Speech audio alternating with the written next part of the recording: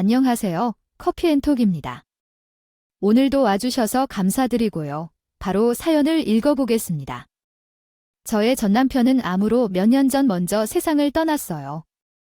요새는 30대 후반부터도 암이 온다고는 하지만 40대에 너무 일찍 암이 찾아왔어요. 투병을 열심히 했는데 보람도 없이 결국 전남편은 먼저 세상을 떠나고 말았어요. 저는 정말 가슴이 찢어질 것 같았지만 몇 년을 거쳐 그 상처를 조금은 아물게 할 수 있었어요. 저의 전남편은 사실 약간 집착이 있는 스타일이었어요. 하지만 그만큼 저를 끔찍하게 아껴줬죠. 연애를 시작했을 때도 저와 조금이라도 떨어져 있으면 빈번하게 연락을 하곤 했어요. 제가 친구들, 특히 남자가 끼어있는 친구들과 만난다고 하면 계속 문자를 보니 확인을 하고 전화를 하기도 했죠. 자기, 뭐 하고 있어? 대답이 왜 없어? 엄청 재미있나 봐. 덕분에 저는 나중에는 친구들을 만나면서 전남편에게 중간중간 연락을 하는 것이 습관이 되어 있었어요. 약속 시간이 끝날 때쯤 전남편이 시간이 있으면 데리러 오기도 했어요. 차를 가지고 와서 저를 태워가니 친구들이 보기에 멋진 남자친구이기도 했죠. 이러는 것을 다른 사람들이 보면 좀 짜증나지 않냐고 할지 모르겠지만 저는 그 정도는 아니었고 어떨 때는 그렇게 관심을 바라는 모습이 귀여워 보이기도 했어요. 전 남편은 결혼을 한 후에도 항상 저에게 관심이 많았어요. 좋게 말하면 과한 관심이고 다시 말하자면 집착이라고 할 수도 있기는 했죠. 전 남편은 항상 제가 무엇을 하는지 관찰하고 있다가 제가 필요로 할 것 같은 것을 미리 해주기도 했어요.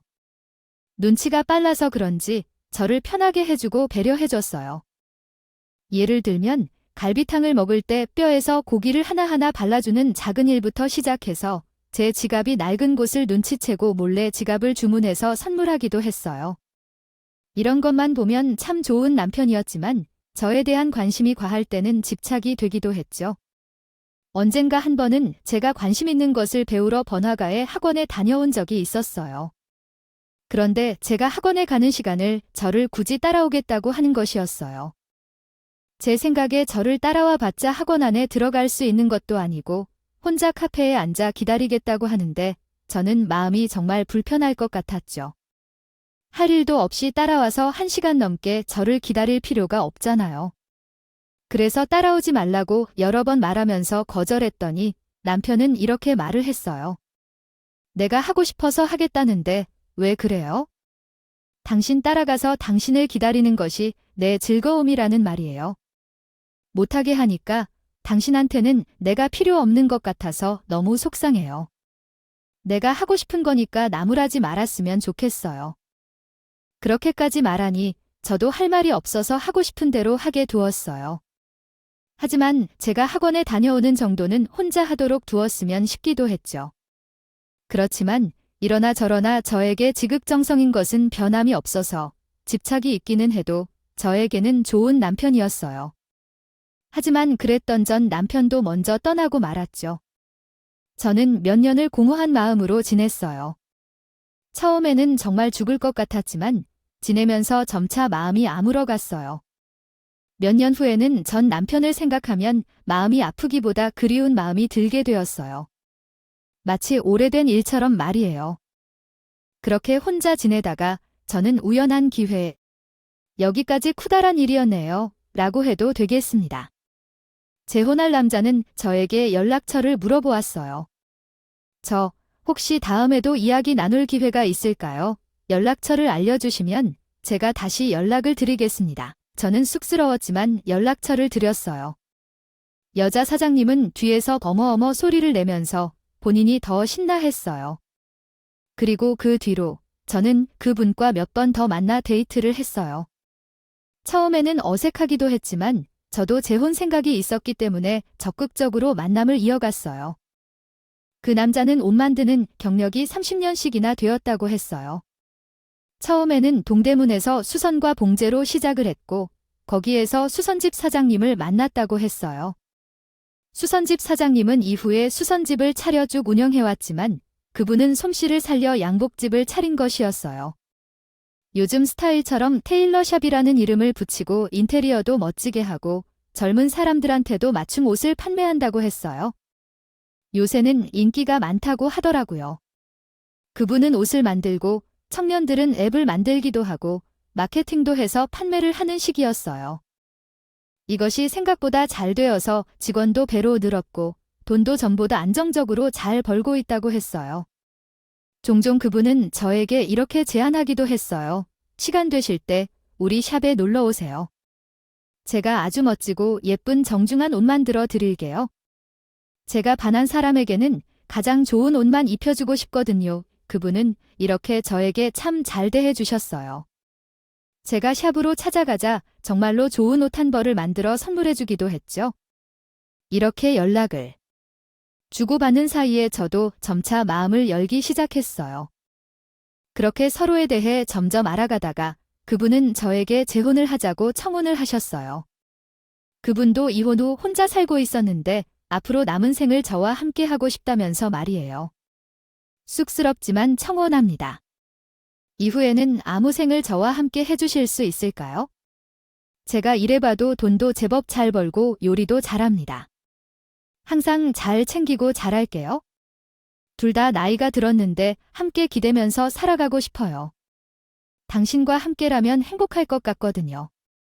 저도 쑥스럽지만 재혼 요청을 승낙했어요. 그렇게 우리는 재혼을 하기로 했죠. 나이가 들어서 하는 재혼이라 보니 요란하게 준비하지 않고 그저 양가 가족들에게 인사만 드리고요. 식사만 하기로 했어요. 그래서 일단은 재혼 후 함께 살 집부터 알아보고 살림부터 장만을 하기로 했죠. 그렇게 재혼 준비를 하고 있는데 어느 날 제 꿈에 죽은 남편이 나와 가진 인성을 쓰며 저를 노려보는 것이었어요. 물론 죽은 남편이 꿈에 나오는 일은 종종 있었지만 주로 살아있을 때 있었던 일들이 꿈에 나왔고 이렇게까지 전 남편이 꿈에서 인상을 쓰며 나온 것은 처음이었어요. 제가 재혼을 하려니까 남편이 인상을 쓰면 나왔나 싶어 갑자기 신경이 너무 많이 쓰였어요. 저는 그 뒤로 그 꿈이 잊혀지지 않고 자꾸 생각이 났어요. 그래서 고민을 하다가 전 남편의 누나인 시누이에게 가서 물어보기로 했어요. 실은 저는 이전 시누이와 사이가 좋은 편이었어요. 원래부터 성격이 잘 맞는 편이어서 언니 동생 하면서 지내는 사이였죠. 제가 전 남편과 결혼을 했을 때부터 시누이와 친하게 지냈거든요. 제가 시누이와 친해진 이유가 하나 더 있었는데 바로 시누이가 무당이었기 때문이었어요. 어떤 사람들은 무당을 무서워하거나 꺼리기도 하는데 저희 엄마가 무속 신앙을 믿고 친한 무당들이 많아서 그런가 저는 무섭지는 않았어요. 오히려 저는 무당의 역할 중 하나가 답답한 일이나 불안한 일을 상담해주고 해소해주는 것이라고 생각을 했어요. 그래서 저는 가끔 답답한 일이 있으면 시누이에게 고민 상담을 하고는 했어요. 그래서 저와 시누이는 제법 친해질 수밖에 없었죠. 너 얼마 전에 동네 아줌마가 상가 하나 구입하라고 했지. 대출 받아서 사면 월세 받아서 갚는 거 금방이라고. 그거 사면 큰일 나. 대출을 깎기는커녕 그거 다시 팔지도 못하고 몇 년을 고생해. 그러니까 절대 사지 마. 제가 고민을 말하지 않아도 시누이는 제 얼굴을 보자마자 척하고 알아맞히기도 했어요. 그럴 때면 역시 무당이구나 싶기도 했죠. 하지만 전 남편이 먼저 떠난 뒤로는 저도 시누이도 서로 만나는 것을 꺼려하게 되었어요. 아무리 사이가 좋았다고 하지만 세상을 떠난 전 남편의 가족들을 계속 만나는 것이 마음이 편치만은 않았어요. 연결고리가 사라지니 만나도 할 이야기도 많지가 않기도 했죠. 하지만 재혼을 앞둔 이 시점에 인상을 쓴 전 남편의 꿈을 꾸고 나자 보통 일이 아니라는 생각이 들어서 시누이 말고는 물어볼 곳이 없다는 생각이 드는 것이었어요. 사실 오랜만에 만나는 것이기는 해도 못 만날 사이도 아니었고 오히려 오랜만이라 반가운 생각이 들 것 같기도 했거든요. 그래서 저는 시누이에게 정말 오랜만에 연락을 드렸어요. 형님, 저예요. 오랜만에 연락드려요. 그간 잘 지내셨죠?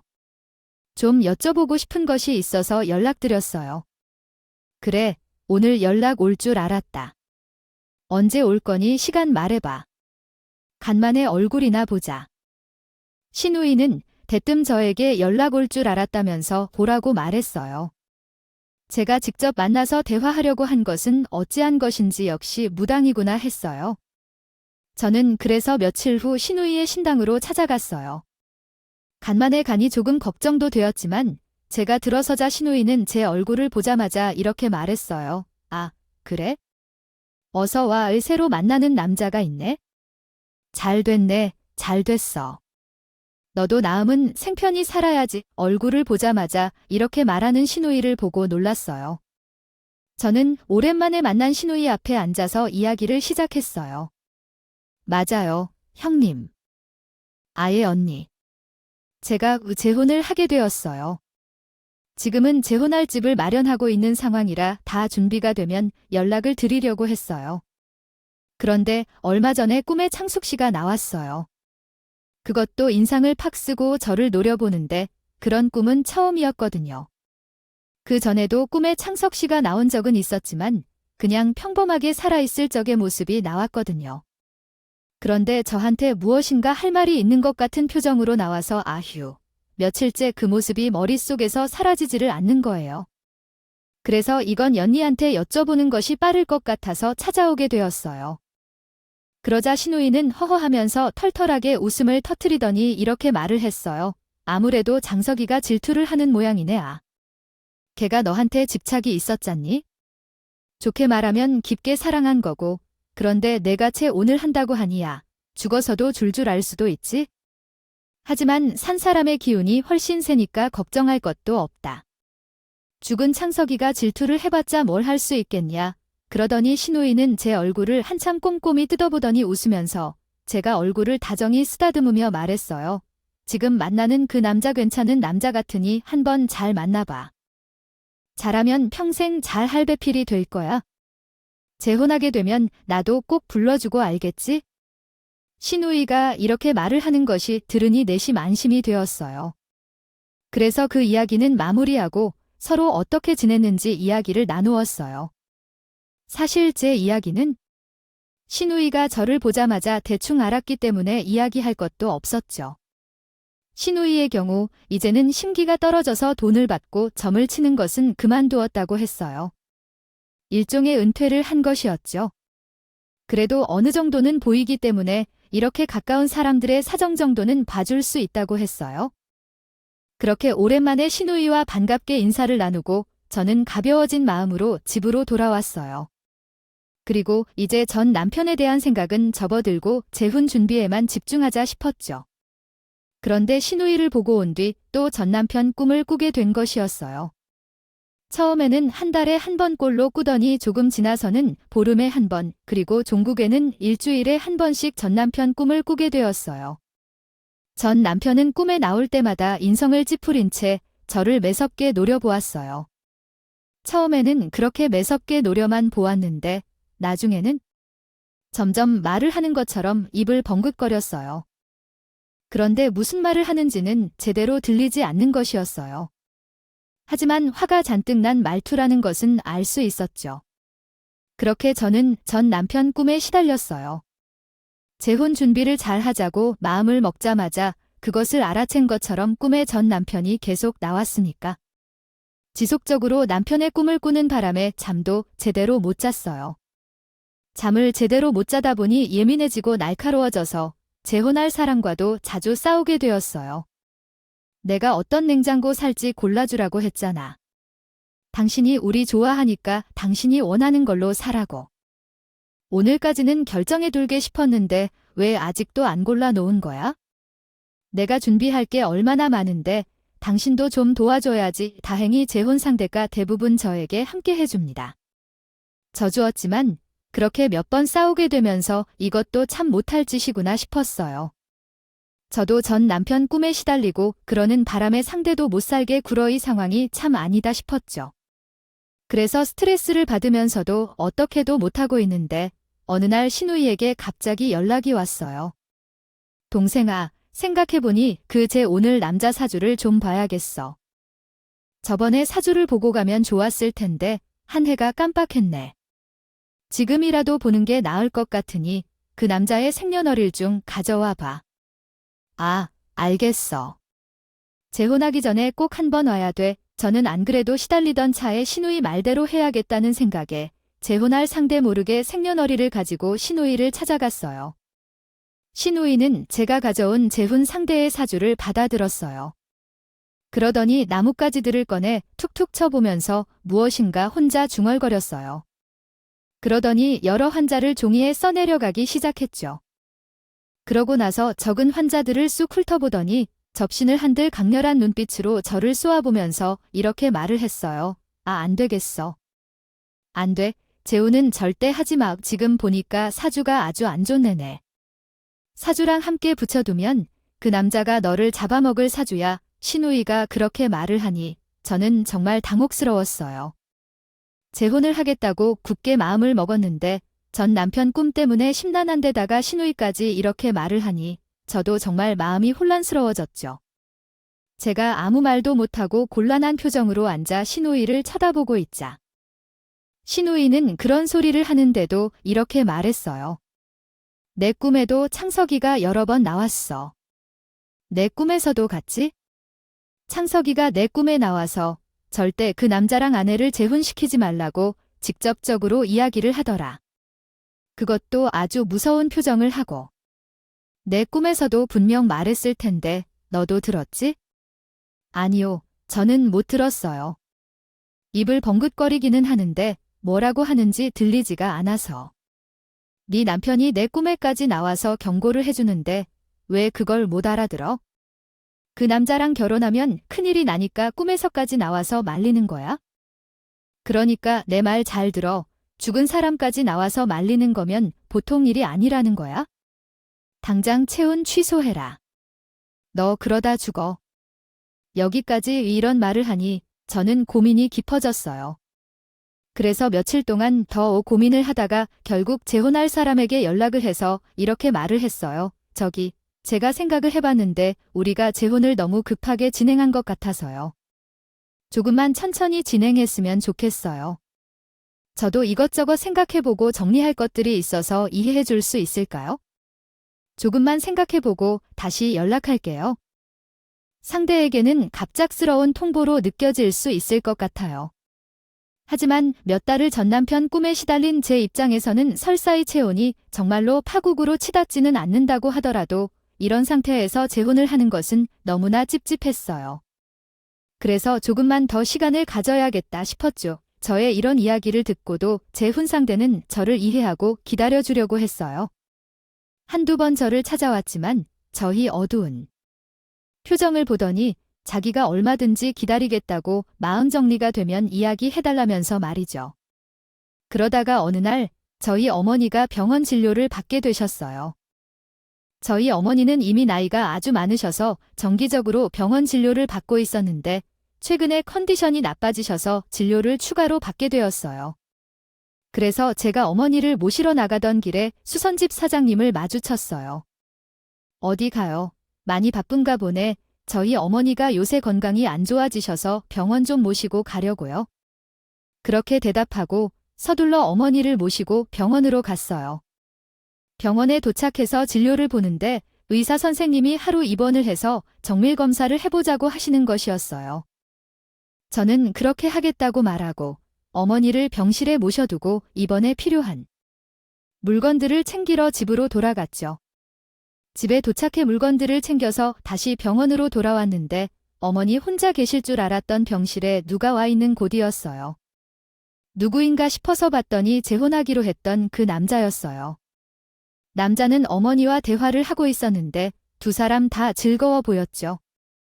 제가 그 사람을 보고 깜짝 놀라 제자리에 멈춰 서 있자 그 사람이 돌아보면서 인사를 했어요. 그 눈빛은 제가 아주 그리웠다는 듯한 눈빛이었죠. 아이고, 대체 어떻게 여기까지 찾아왔어요? 오늘 어머니들 요가 있는 건 어떻게 알았고 연락한 적도 없는데 어떻게 온 거예요? 저는 생각지도 못한 그 사람의 등장에 반갑거나 고마운 마음이 떠오르지 않을 정도로 우선 놀랐어요. 그래서 휴게실로 함께 나와 질문을 퍼부었어요. 제가 토끼눈이 되어서 질문을 하자 사람은 웃으면서 말했어요. 수선집 사장님이 저한테 연락을 했더라고요. 우리 자정을 알고 있었거든요. 당신이 표정이 어두운 채로 어머니를 모시고 병원에 간다고 했다고 큰일이 난 곳은 아닌지 걱정이 된다고 말이에요.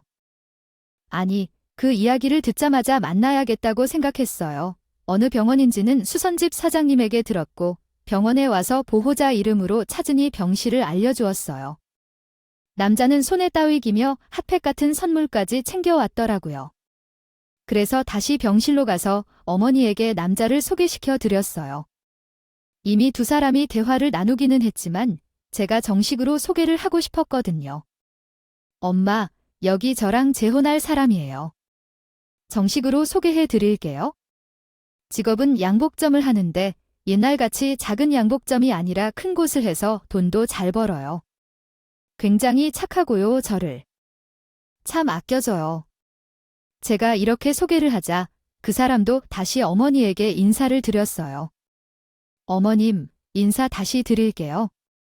나은님이랑 재혼하려는 사람입니다. 제가 따님이랑 남은 생을 함께 살아갈게요. 따님을 항상 잘 챙기고 좋은 것만 주고 좋은 곳에만 데려갈게요. 걱정하지 않으셔도 됩니다. 그러면서 그 사람은 어머니 손을 꼭 잡았어요. 다 늙은 어머니의 손을 잡고 있는 따뜻한 그 사람의 모습, 그리고 그 모습을 보면서 좋아하는 어머니의 표정. 그걸 보고 있으니 저는 왈칵 눈물이 쏟아질 것 같았어요. 어머니 병실에서는 꾹 참고 있다가 재혼할 그 사람이 자리에서 일어날 시간이 되자 저는 복도로 따라 나왔어요. 그리고 그 사람을 끌어안고 눈물을 흘리면서 이렇게 말했어요. 정말 고마워요. 그리고 미안해요. 내가 별것도 아닌 것들로 마음이 흔들려서 나이 다 들어서 재혼을 하려고 하니 혼란스러웠나 봐요. 그런데도 나를 기다려주고 이렇게 찾아와줘서 고마워요. 오늘 당신이 우리 엄마랑 내 곁에 있어주면 좋겠다는 생각이 들어요. 이제 혼란은 접고 다시 함께하기 위해 노력할게요. 저는 이렇게 재혼할 남자의 진면목을 보게 되었어요. 이런 사람이라면 역시 평생을 함께해도 좋겠다는 생각이 들었죠. 저는 전 남편 꿈이든 시누이의 말이든 상관없이 그냥 내 느낌을 믿어보자 싶었어요. 이런 사람이라면 남은 평생을 함께 살아도 좋겠다 싶었거든요. 그래서 솔직히 전 남편의 꿈이라든가 아직 신경 쓰이는 것들이 있었지만 무리하게 재혼을 밀어붙이게 되었어요. 그 이후로는 다시 시작한 재혼 준비로 정신없이 바쁘게 바빴어요. 함께 살 집을 다시 계약하고 가전을 사서 놓고 각자 살던 집은 정리를 했어요. 늦춰졌던 만큼 빨리 재혼을 하고 싶어서 그런지 부지런히 준비를 했어요. 그렇게 굳게 마음을 다잡아서 그런지 먼저 간 전 남편도 한동안은 꿈에 나타나지 않았어요. 제가 하도 그 꿈에 대해 신경을 쓰다 보니 무의식적으로 계속 꿈을 반복적으로 꾼 것이 아닌가 하는 생각이 들었죠.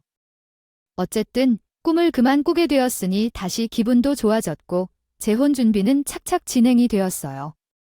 재혼식은 간단하게 가족 식사로 대체하기로 했어요.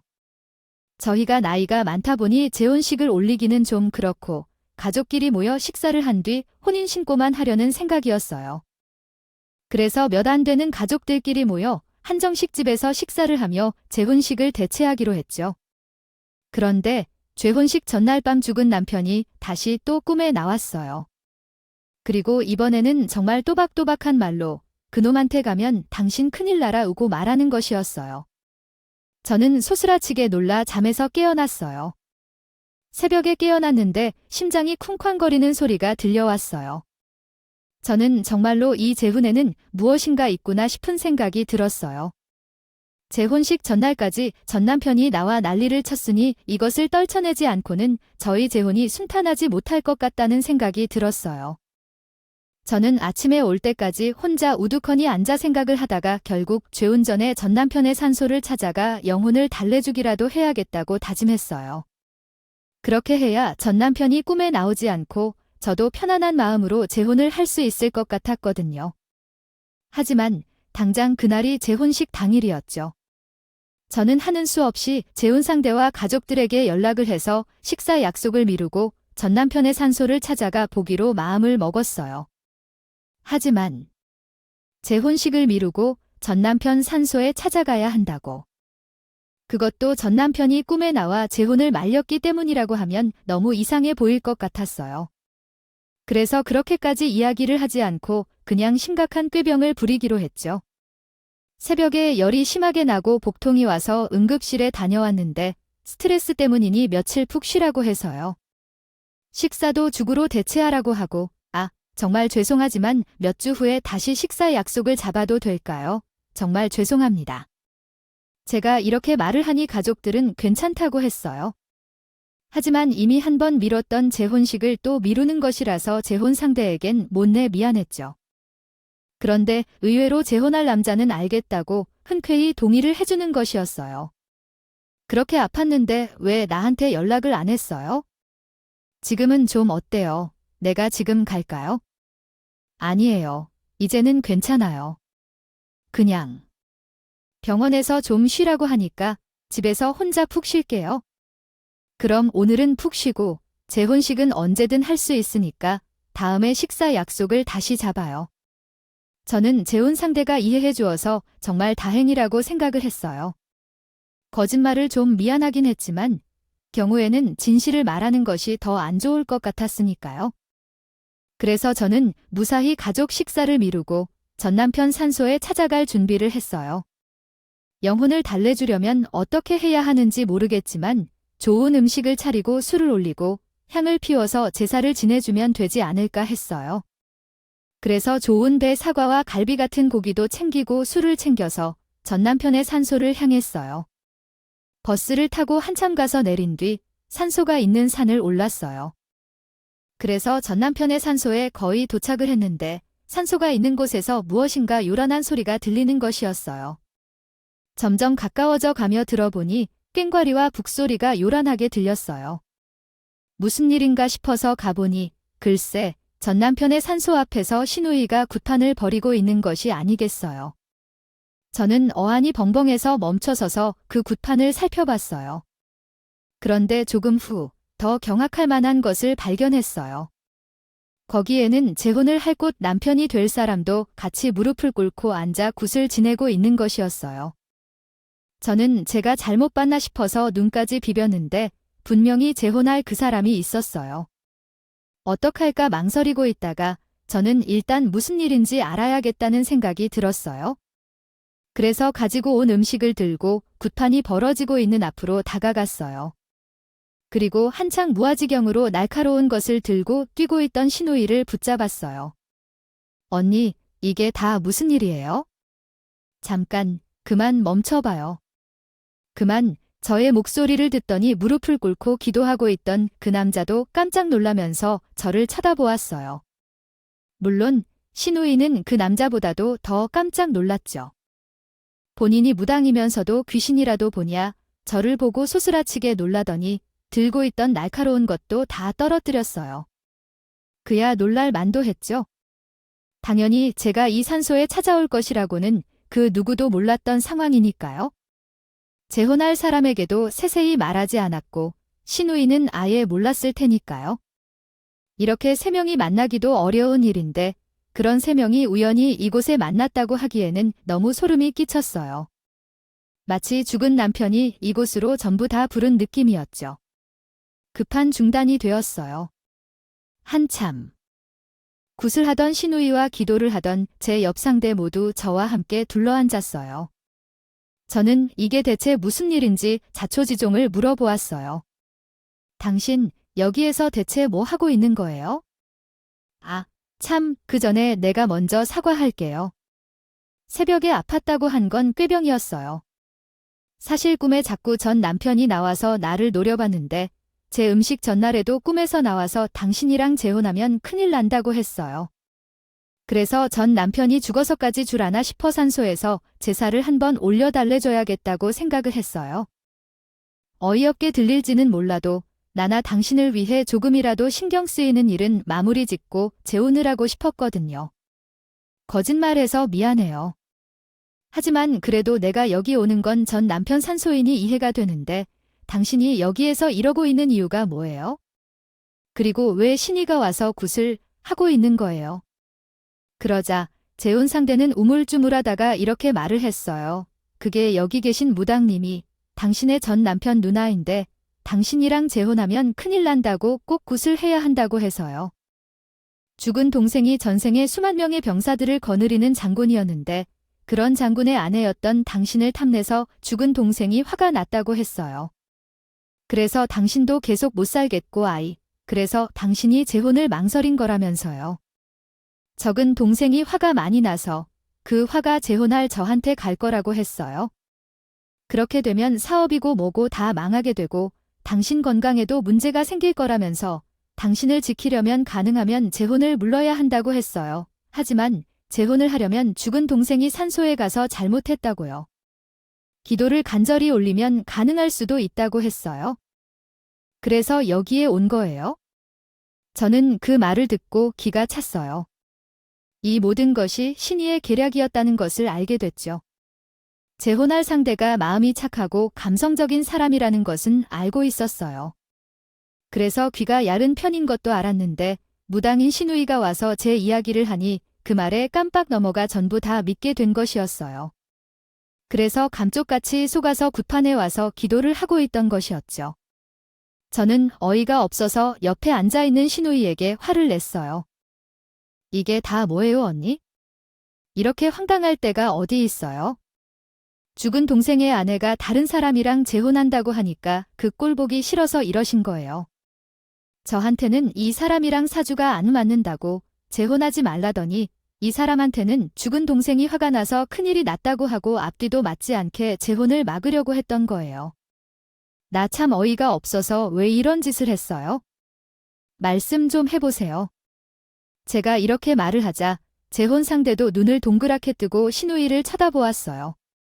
신우이가 저에게 한 말을 듣고 나자 속았다는 것을 알게 된 것이었겠죠. 신우이는 제호통을 뜯더니 머리에 쓰고 있던 모자를 내던지고 저에게 빽소리를 질렀어요. 그래, 내가 재혼하는 꼴 보기 싫어서 그랬다. 그게 뭐 어떻다고. 그래, 내 죽은 동생은 죽어서 아무것도 못하는데 너는 살아있다고 죽은 동생을 배신하고 재혼까지 하고 너도 공평하게 혼자 살아야지. 내가 못마땅해서 채혼을 회방 좀 낳았다. 그러면 안 되는 법이라도 있어? 결국 신우이도 이실직고를 했어요. 이런 말을 듣고 나니 더더욱 모든 상황을 알 것 같았죠. 사실 신우이도 집착이 강한 사람이었는데 이런 신우이가 재혼에 막으려고 뒤에서 쓸데없는 짓을 하고 있으니 전 남편이 제 꿈에 나온 게 아닌가 싶었어요. 신우이가 재혼 상대에게 쓸데없는 걱정과 불안을 불어넣은 상태에서 재혼식을 올리지 말라고 말이에요. 저는 그런 생각이 들어서 신우이에게 다시 소리를 쳤어요. 언니, 동생은 제 꿈에 나와서 언니가 쓸데없는 짓 한다고 경고해 주려고 한 거예요. 어쩐지 전 남편 꿈을 꾸고 나서 꼭 언니를 찾아가 봐야겠다는 생각이 들더라고요. 그리고 그런 짓 하지 말라고 동생이 언니 꿈까지 찾아간 거 아니겠어요. 동생이 꿈에서 저를 재혼시키지 말라고 말한 거 사실이 아니었죠. 이제 그만 포기하세요. 죽은 동생이 아무리 불쌍해도 죽은 사람은 이제 놓아주어야죠. 저도 잊지 않고 제사는 올릴 거예요. 하지만 산 사람들은 산 사람들이 삶을 살아야죠. 언니도 이제 그만 동생을 놓아주세요. 그리고 제 재혼 방해하지 마시고요. 제가 이렇게 말했는데도 신우이가 삐죽거리며 대답이 없자 저는 으름장을 한 번 더 놓았어요. 두고 보세요. 제 꿈에 전 남편이 한 번은 더 나올 거예요. 그때 뭐라고 하는지 들어두었다가 제가 연희한테 알려드릴 테니까 이제 그만 정리하고 내려가세요. 저는 재혼할 남자를 일으켜 산소가 있는 산을 내려왔어요. 내려오면서 이런 황당한 말을 속았냐고 하면서 등을 한 번 찰싹 때려주었죠. 물론 저도 그동안 신우이의 말에 계속 흔들렸기 때문에 할 말은 없었어요. 하지만 우리 두 사람 모두 이제 다른 사람들의 말을 필요 이상 귀담아 들을 필요 없다고 생각했어요. 심지어 꿈에 나온 전 남편의 말마저도 말이에요. 그렇게 저희는 집으로 돌아와 다시 채혼식을 올리기로 했어요. 이번에는 조금의 망설임도 필요가 없었죠. 재혼식은 3주 뒤 주말에 다시 잡았어요. 그렇게 수습을 하고 나서 일주일 정도 흘렀을 때 전 남편이 정말로 제 꿈에 다시 나타났어요. 전 남편은 한결 가벼워진 표정으로 저를 보면서 웃더니 이렇게 말했어요. 용서해줘. 잘 살아에 저는 꿈에서도 고마운 생각이 들어 문득 눈물을 흘렸어요. 그리고 꿈에서 깨어나 얄미운 시누이에게 연락을 했죠. 제가 말씀드렸죠. 전 남편이 꿈에 나타났어요. 한결 밝아진 표정으로 저한테 용서해줘. 잘 살아오고 말하더라고요. 제 생각에는 아마 언니를 용서해주라는 말인 것 같아요. 사실 다시 생각해도 괘씸하기는 한데 이후 재혼 생활 행복하라고 전 남편이 응원해 준 것이라고 생각하기로 했어요. 그러니 언니도 저희 재혼식에 와서 축하해 주세요. 2주 뒤에 식사하니까 꼭 나오세요. 제가 이렇게 말하자 시누이는 전화 너머로 엉엉 울었어요. 시누이가 정말 못된 짓을 하기는 했지만 죽은 동생이 그리워 그랬다고 생각하고 덮어주기로 했어요. 물론 제 재혼에 직접적으로 회방을 놓아서 그냥 덮고 넘어가기에는 큰 사건이기는 했죠. 하지만 이후 재혼할 사람과 제가 어떤 일에도 흔들리지 말라고 시련이 왔던 것이라고 생각하고 전 남편 말대로 시누이를 용서해주기로 했어요. 그러고 나서 2주 뒤에 재혼식을 진행했어요. 양가가 모인 자리에서 식사를 하며 담소를 주고받고 저희 둘이 앞에 나와 결혼 선언을 읽고 반지를 교환했어요. 가족들이 소소하게 축하를 해주었죠. 시누이는 안 올 수도 있겠다 싶었는데 그래도 얼굴을 내비쳤더라고요. 물론 제 얼굴을 제대로 쳐다보지도 못했지만요. 그래도 미안해서 그러는 것 같으니 제 온식에 온 것만으로도 좋게 보자 싶었어요. 그렇게 재혼 생활을 시작했고 예상대로 저희 둘은 좋은 부부가 되었어요. 마치 오래전부터 함께 지내던 사회인 것 마냥 참 잘 맞아서 싸울 일도 별로 없었죠. 그리고 그 뒤로 전 남편은 더 이상 꿈이 나오지 않게 되었어요. 제가 새로운 인생을 살게 된 것을 알고 안심하게 된 것 같았죠. 전 남편도 이제 마음 놓고 이승을 떠나간 것이라면 다행이라는 생각이 들었어요. 죽은 사람을 종종 그리워할 수는 있지만 죽은 사람에게 너무 집착하게 되면 산 사람의 인생이 흔들리게 된다는 생각이 들어요. 시누이도 이제는 마음을 정리하고 전 남편을 놓아주었다면 좋겠다는 생각이 드네요. 말로는 형용할 수 없는 신기한 일을 겪게 되어 여러분들에게도 들려드리고 싶었어요. 저는 사후 세계와 죽음에 대한 철학적인 이야기하는 걸 좋아하는데 다시 한번 그런 세계가 있구나를 느끼게 된 일이었습니다. 그래서 사람이 죄짓고는 못 산다는 말이 있나 봐요. 나쁜 짓을 하거나 양심에 찔리는 행동을 하면 다 돌려받는다고요. 어쩌면 대수롭지 않은 저의 이야기 들어주셔서 감사드리고요. 늘 여러분들의 일상에 행복만 가득하시길 바랄게요. 지금까지 커피앤톡이었습니다. 오늘도 끝까지 함께 해주셔서 감사하고요. 다음 영상으로 또 찾아뵙겠습니다.